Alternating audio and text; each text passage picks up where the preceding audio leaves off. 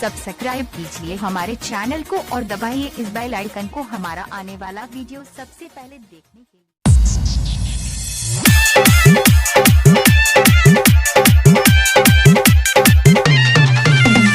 Presented by MSD Music Lakhimpur Kheri.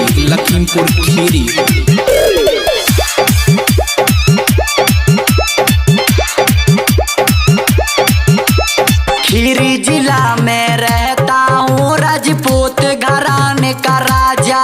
अच्छा। जो मुझसे टकराएगा उसका बजाऊंगा बाजा। ए हो, सुनती हो? खीरी जिला में रहता हूँ, राजपूत घराने का राजा। अच्छा। जो मुझसे टकराएगा उसका बजाऊंगा बाजा। रानी जाति किधर, तू आजा इधर, तुझे खीरी में ले जाऊंगा। लोधी जी का बेटा हूँ, चुम्मा पटक कर लेता हूँ। लोधी जी का बेटा हूँ, चुम्मा पटक कर लेता हूँ। अरे जा।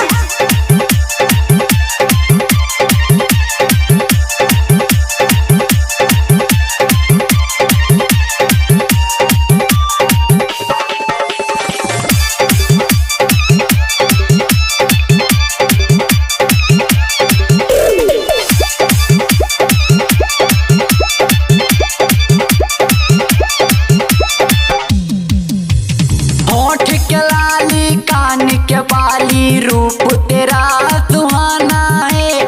काहे क्यों घबराती रानी, तुझे नंद पारा ले जाना है। क्या?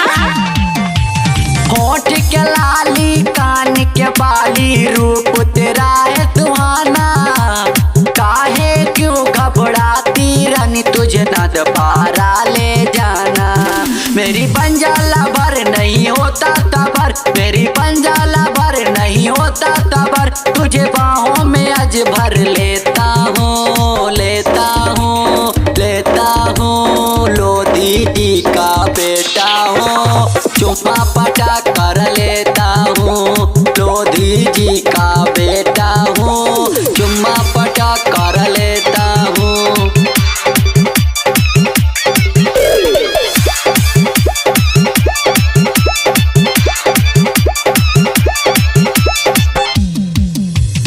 ऐसा फिकर दिखला करके तू दिल मेरा धड़काती हो। आसमान अखिलेश को रानी ऐसे क्यों तड़पाती हो? कुछ भी बोलते हो है ना। ऐसा फिकर दिखला करके तुम दिल मेरा धड़काती हो। आसमान अखिलेश को रानी ऐसे क्यों तड़पाती हो? चाहे आजा खीरी, चाहे आजा सीसैया में, आफर में तुझको देता हूँ। लोधी जी का छोरा हूँ, चुम्मा छिपा कर लेता